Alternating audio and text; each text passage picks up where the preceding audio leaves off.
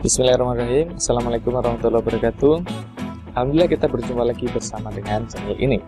Dan kali ini saya akan membahas tentang dua aliran yang awal-awal berdiri ketika psikologi sudah diakui sebagai ilmu pengetahuan yang ilmiah. Tapi sekali lagi saya ingatkan, bagi kalian yang mungkin belum subscribe channel ini, silahkan subscribe terlebih dahulu dan nyalakan tombol loncengnya, supaya kalian yang sudah subscribe itu nanti mendapat notifikasi ketika ada video-video baru yang diupload di channel ini. Dan bagi kalian yang merupakan anggota dari kelas saya, silahkan kalian isi presensi terlebih dahulu, jangan sampai lupa, karena kalian tahu itu akan berkonsekuensi terhadap penilaian dan kelulusan kalian. Baik, kita akan mulai pembahasannya.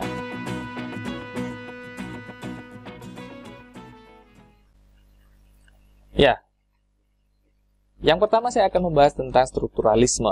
Aliran ini adalah aliran pertama yang muncul setelah psikologi diakui sebagai ilmu pengetahuan yang ilmiah.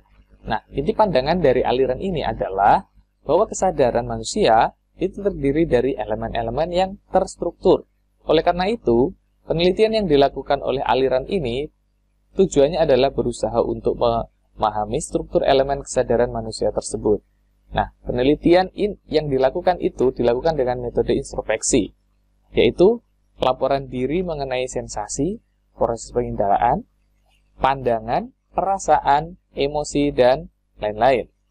Banyak yang menganggap bahwa Wilhelm Maximilian Wundt adalah pencetus aliran ini. Namun sejatinya, Wundt adalah peletak dasar atau fondasi aliran strukturalisme ini, yang kemudian oleh Edward Bradford Titchener dikembangkan dan dimatangkan sebagai aliran baru dalam psikologi. Edward Bradford Titchener. Titchener adalah murid dari Wundt di Universitas Leipzig. Dia berasal dari Amerika. Dia sangat terpengaruh dengan pandangan Wundt tentang voluntarism, asosiasi, dan apersepsi, atau kombinasi aktif dan pasif dari elemen kesadaran. Nah, atas dasar fakta inilah kemudian baik Wundt maupun Titchener dianggap sebagai orang yang berperan penting atas lahirnya aliran strukturalisme ini. Nah, di dalam aliran strukturalisme, untuk mengetahui elemen-elemen dari jiwa, metode yang dipakai adalah introspeksi eksperimental. Nah, secara harfiah, introspeksi sendiri diartikan sebagai melihat ke dalam. Secara istilah, yaitu usaha mencoba menggambarkan ingatan, persepsi, proses kognitif, dan motivasi seseorang. Titchener memiliki pedoman yang sangat ketat untuk melaporkan analisis introspeksi ini. Subjek akan disajikan dengan sebuah objek, seperti pensil misalnya, kemudian subjek akan diminta untuk melaporkan karakteristik pensil tersebut, warnanya apa, panjangnya seberapa panjang, dan lain sebagainya. Kemudian subjek diinstruksikan untuk tidak melaporkan nama pensilnya, tapi karakter pensilnya, bukan namanya, bukan ini pensil merek A, merek B, dan seterusnya. Karena itu tidak menggambarkan data mentah dari apa yang dialami subjek. Titchener menyebut ini sebagai kesalahan stimulus. Jadi ketika subjek disajikan stimulus, tapi kemudian dia malah menyebutkan nama dari pensilnya, bukan karakteristik dari pensilnya, itu disebut dengan kesalahan stimulus. Elemen kesadaran.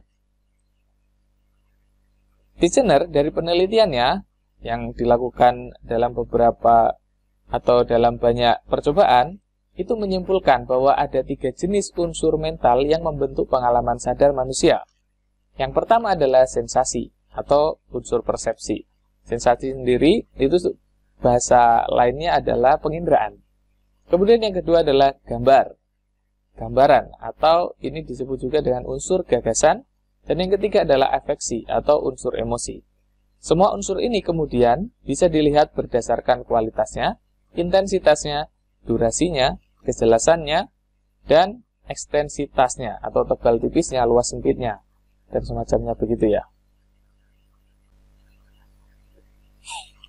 Biarpun Wundt dan Titchener itu dianggap sebagai tokoh utama dalam aliran strukturalisme, namun baik Wundt maupun Titchener itu memiliki pandangan yang berbeda. Ada perbedaan pandangan antara Wundt dan Titchener.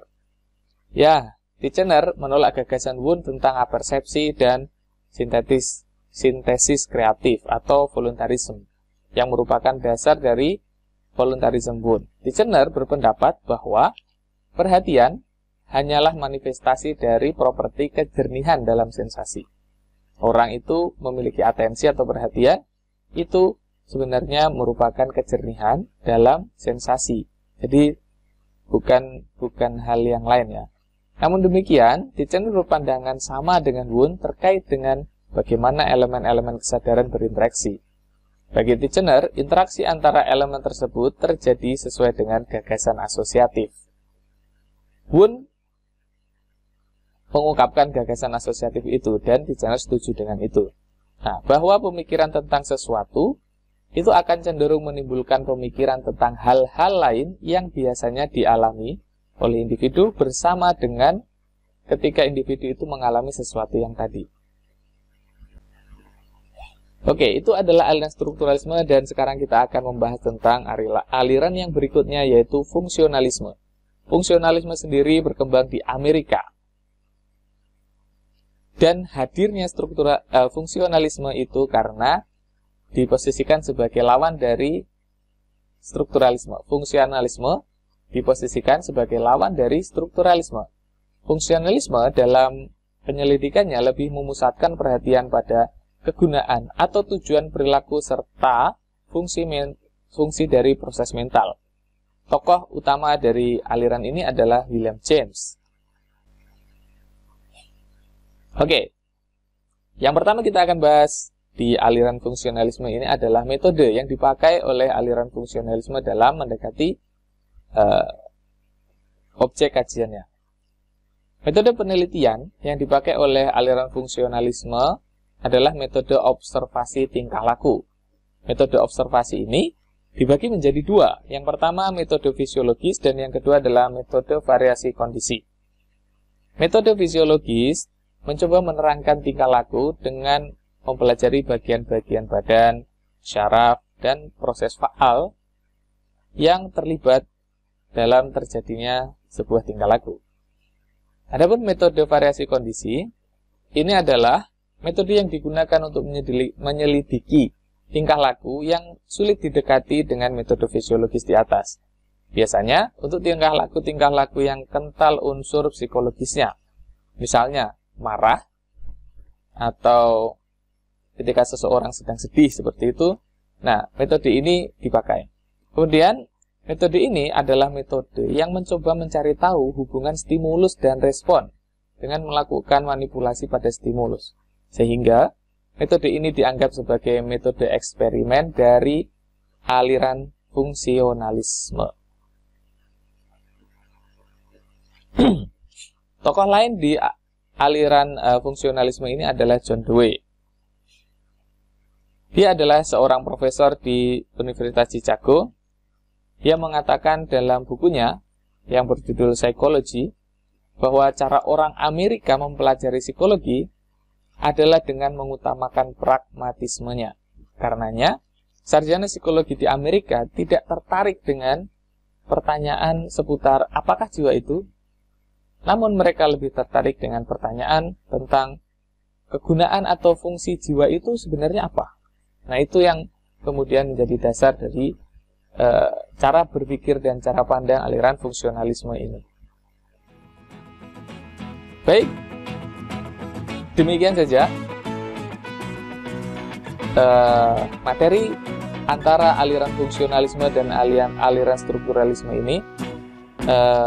Kita akan bertemu pada video-video selanjutnya. Terima kasih sudah menonton sampai selesai. Wassalamualaikum warahmatullahi wabarakatuh.